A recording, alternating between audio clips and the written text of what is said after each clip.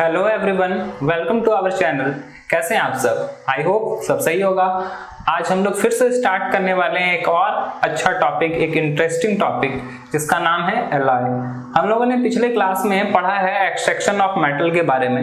Metal कैसे निकालते हैं हम लोगों ने अभी तक क्लियर कर चुका है। Copper, aluminium, zinc, ferrous and mercury के बारे में। ये सभी मेटल्स के बाद हम लोग अभी स्टार्ट करने वाले हैं एलॉय। एलॉय क्या है, इसके क्या यूजेस हैं और इसको बनाने का जरूरत क्यों पड़ा, इन सभी के बारे में डिस्कशन होगा। और हम लोग जानेंगे कुछ मेटल जो हम लोग के डेली लाइफ में यूज होता है उसका क्या यूजेस है। जैसे फेरस, आयरन जिसको बोलते हैं, वो क्या यूज हो सकता है उसका, जिंक उसका क्या यूज है। तो इन सभी के बारे में अभी के टॉपिक पर फोकस होगा। तो चलिए स्टार्ट करते हैं अभी का टॉपिक एलॉय। अगर बात करें डेफिनेशन की तो बोल सकते हैं alloy is a homogeneous mixture of two or more than two metal or non-metal is known as alloy।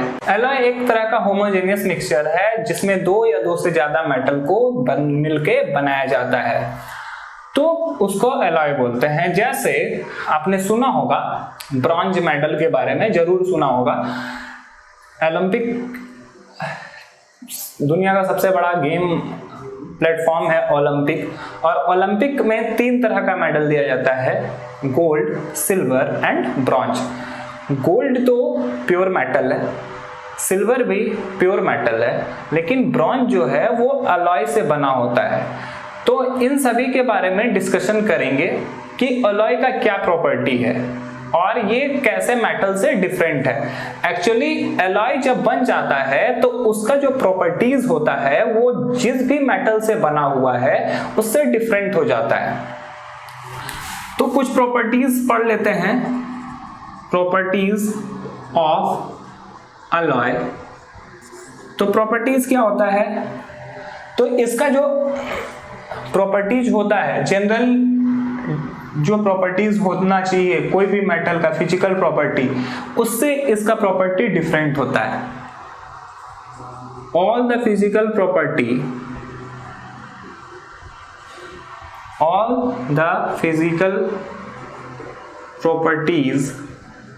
Of alloy is different from the properties of metal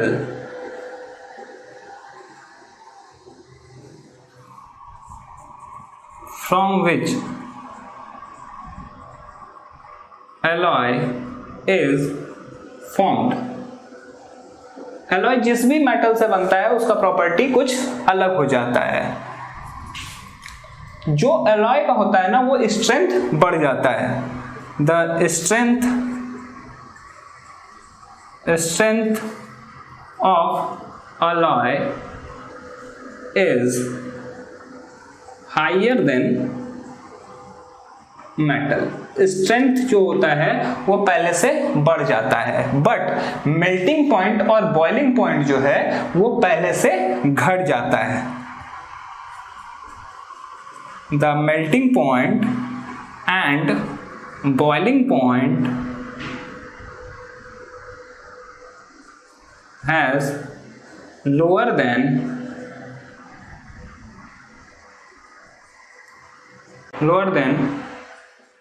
the metal से इसका मेल्टिंग पॉइंट और boiling point कम होता है, और ये जो reaction करने का प्रॉपर्टी होता है वो भी कम हो जाता है, खत्म हो जाता है, लेकिन स्ट्रेंथ बढ़ जाता है। स्ट्रेंथ बढ़ने के साथ साथ इसमें जो मेटल जो कोरोसिव होता है, जिसमें रस्टिंग हो सकता है, वो रस्टिंग नहीं हो सकता है। एलॉय में कन्वर्ट होने के बाद ये कोरोसिव फ्री हो जाता है, कोरोजन फ्री हो जाता है। इसमें फिर किसी भी तरह का रस्टिंग होने का कोई भी संभावना नहीं होता है एलॉय में कन्वर्ट होने के बाद। तो चलिए हम कुछ एलॉय के बारे में, कुछ इंपॉर्टेंट एलॉय जो किससे बना होता है, उसमें कौन सा कंपोनेंट कितने मात्रा में रहता है, इन सभी के बारे में हम लोग डिस्कस करेंगे और उसका क्या यूजेस है उसके बारे में समझेंगे। सम इम्पोर्टेंट अलॉय, तो अलॉय जो एल्युमिनियम से बना होता है, कुछ अलॉय उसके बारे में बात करते हैं। तो सबसे पहले बात होगा यहां पर ड्यूरालुमिन के बारे में। ड्यूरालुमिन, इसमें जो एल्युमिनियम है वो 95% रहता है। इसका जो कंपोनेंट है वो समझो, एल्युमिनियम जो है 95%, copper 4%, magnesium 0.5% and manganese Mn 0.5%।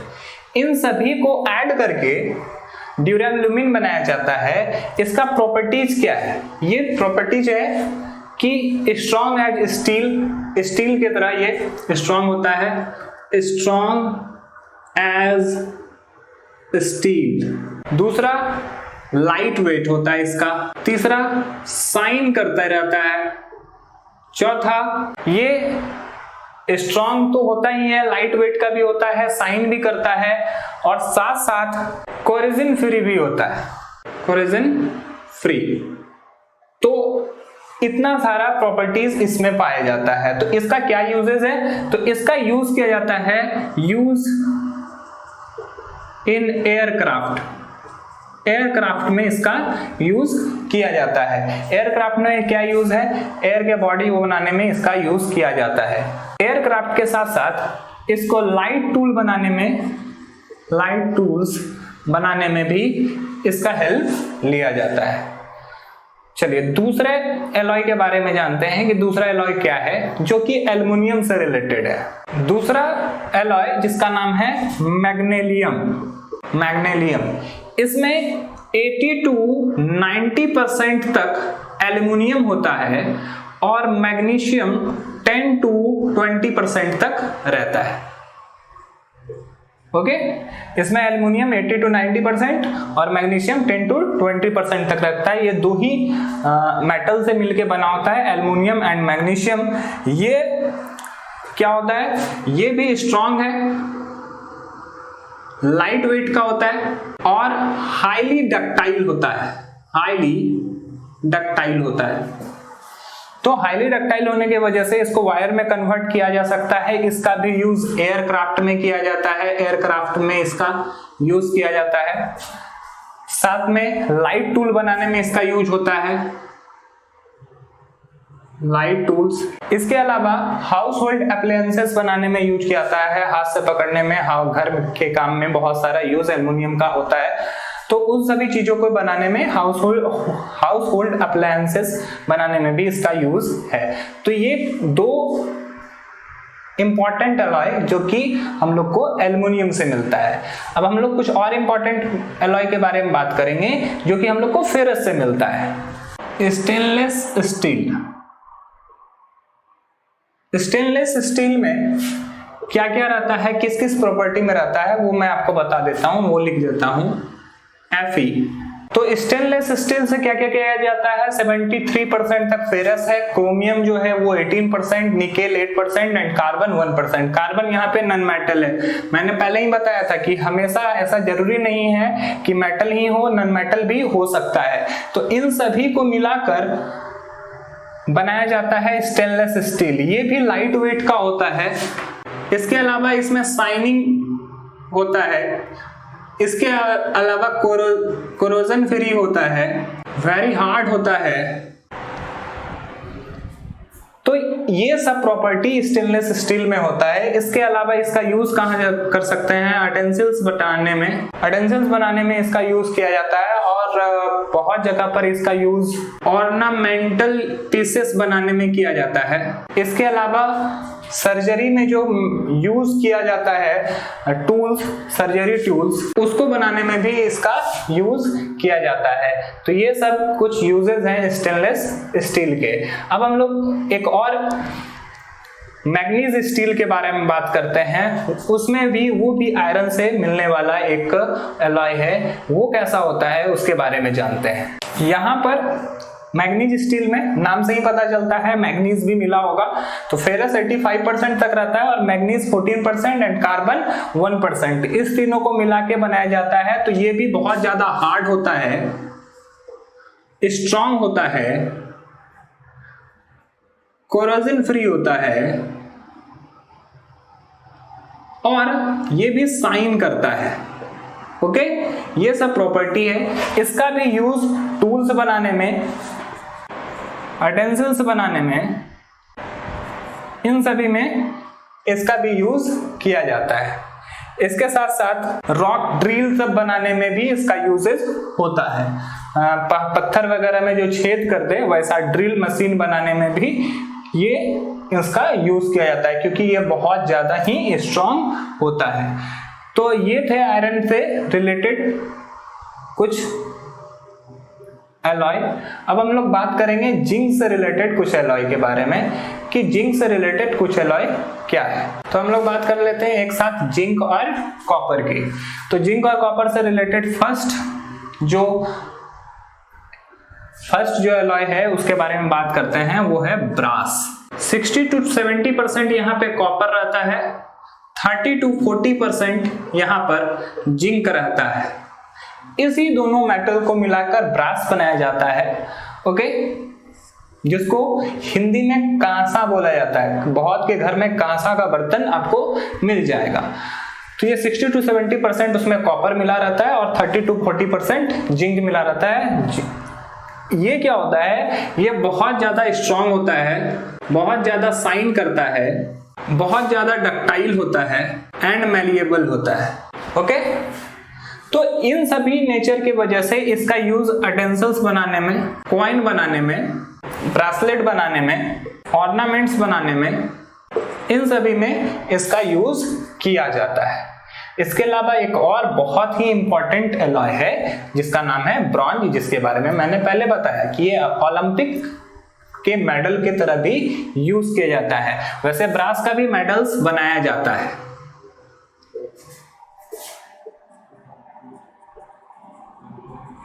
इसमें जो कॉपर है वो 80% तक प्रेजेंट रहता है और जिंक जो है वो 2% प्रेजेंट रहता है। इसके अलावा इसमें टीन मिला होता है, एसेंटीन 18% तक इसमें टीन मिला रहता है। ये भी बहुत ज्यादा हार्ड, स्ट्रॉन्ग होता है, ये भी डक्टाइल होता है और इसमें भी शाइनिंग का नेचर होता है। इन सभी के लिए इसका भी यूज यूटेंसिल्स बनाने में होता है। इसके अलावा कॉइन, मेडल्स, स्टैच्यू सब भी बनाने में इसका यूज होता है। पुराने जमाने में ब्रॉन्ज के कॉइन चलते थे।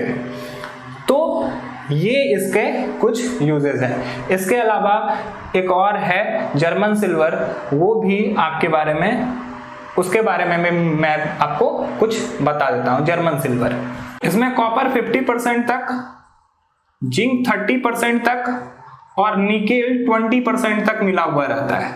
तो ये तीनों मेटल को मिला के जर्मन सिल्वर की तरह ये व्हाइट सिल्वर कलर का ही होता है और चमकीला होता है, बहुत ज्यादा शाइनिंग होता है। इसका डुप्लीकेट ऑर्नामेंट्स बनाने सब में यूज किया जाता है इसी जर्मन सिल्वर का। ओके, तो ये सब कुछ यूजेस हैं जो कि हम लोग को जिंक और कॉपर से जो अलॉय मिलता है उसके कुछ यूजेस हैं। अब हम लोग बात करेंगे यूजेस ऑफ आयरन और यूजेस ऑफ जिंक की, कि जिंक और आयरन को आप कहाँ यूज कर सकते हैं, और इसके बाद ये चैप्टर हो जाएगा फिनिश। हम लोग फिर से नए क्लास में नए चैप्टर के साथ मिलेंगे। तो चलिए देख लेते हैं आयरन और जिंक के यूजेस के पहले मैं एक और एलॉय के बारे में बता दूं जो कि हम लोग को लेड से मिलता है, सोल्डर। सोल्डर में लेड Pb 50% तक होता है और टीन 50% तक होता है। ये 50% तक प्रेजेंट रहता है और सोल्डर में लेड भी 50% तक रहता है। इसका low melting point and boiling point है और ये डक्टाइल होता है। ओके, और इसका यूज जो किया जाता है वो फ्यूज बनाने में किया जाता है और बहुत जगह वेल्डिंग करने में भी इसका यूज किया जाता है। तो ये इसका यूज है, ये भी बहुत इंपॉर्टेंट है डेली लाइफ में, इसका भी बहुत ज्यादा यूज है सोल्डर का। ये भी एक एलॉय ही हैं, जिसमें 50% तक Pb एंड 50% तक 3SN यूज किया जाता है। अब चलते हैं हम लोग अपने नए टॉपिक यूजेस ऑफ आयरन पर। तो आयरन का बहुत सारा यूज है, इसका एक यूज सीमित नहीं है। आयरन ऐसा माना जाता है it is the mother of industry, iron को ही उद्योग का जननी बोला गया है। मींस इंडस्ट्री सब जितना भी इंडस्ट्री बनाया गया है वो सब आयरन से बना होता है। इंडस्ट्रियल इलाका में जहां भी जाओगे वहां पर इंडस्ट्री में ज्यादा से ज्यादा आयरन का यूज होता है। हाउस होल्ड मटेरियल बनाने में इसका यूज किया जाता है, छड़ वगैरह बनाने में भी इसका यूज किया जाता है। इसके अलावा आयरन का बहुत सारा यूज है, आप वाइडली यूज करते हो, विंडो बना सकते हो, डोर बना सकते हो, बहुत जगह इसको व्हीकल्स में यूज किया जाता है। तो ओवरऑल आयरन का बहुत ज्यादा यूज है। जब इसको अगर ऐसा मदर ऑफ इंडस्ट्रीज बोला गया तो समझ जाओ ये कितना इंपॉर्टेंट है। आपके आसपास घर में भी आप बहुत जगह पर आयरन को देख सकते हो, यहाँ तक कि आपके घर में अगर बाइसाइकिल हो, मोटरसाइकिल हो या फिर स्कूटी हो, उसमें भी आयरन का यूज होता है। ओके, तो आयरन का बहुत ज्यादा यूज है। अब हम लोग बात करेंगे जिंक के यूज के बारे में। तो जिंक भी ऑलमोस्ट बहुत अच्छा है, एलॉय को बनाने के लिए बहुत जिंक का यूज होता है। इसके अलावा सबसे इंपॉर्टेंट चीज है गैल्वेनाइजेशन। गैल्वेनाइजेशन से जिंक का यूज किया जाता है गैल्वेनाइजेशन में। गैल्वेनाइजेशन क्या है? तो गैल्वेनाइजेशन एक प्रोसेस है जिसकी वजह से किसी को रस्टिंग अगर कहीं हो रहा है तो वो रस्टिंग को रोका जा सकता है। तो ये कोरोजन को फ्री बनाने, कोरोसिव नेचर को हटाने के लिए गैल्वेनाइजेशन का यूज किया जाता है। इसमें जिंक के लेयर को किसी मेटल पर चढ़ाया जाता है जिसके वजह से उसका कोरोजन रुक जाता है। तो ये सब यूजेस हैं जिंक के। आज की क्लास में इतना ही। हम लोग इस चैप्टर में इतना ही किए। इस चैप्टर में हम लोगों ने शुरू से किया मेटल के प्रॉपर्टी को जाना, नॉन मेटल के प्रॉपर्टी को जाना, physical property, chemical property. Then हम लोगों ने सीखा कि नेचर कैसा होता है, कैसे बॉन्ड बनाते हैं मेटल या नॉन मेटल जो भी होते हैं वो कैसे बॉन्ड बनाते हैं। बॉन्ड में हम लोगों ने 2-3 तरह का बॉन्ड पढ़ा।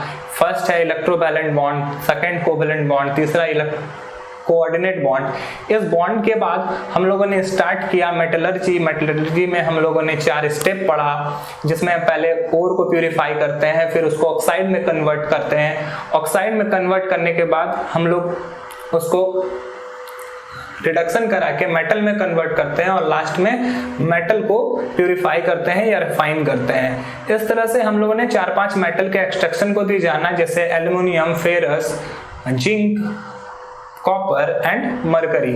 और लास्ट में हम लोगों ने जाना एलॉय के बारे में, उसके यूजेस के बारे में, उसके प्रॉपर्टीज के बारे में, और लास्ट में ये है जिंक एंड फेरस का कुछ यूजेस। तो इस चैप्टर में इतना ही। आई होप ये चैप्टर आपको समझ में आया होगा। बाकी हम लोग नेक्स्ट क्लास में मिलेंगे एक नए चैप्टर के साथ। That's all, thank you.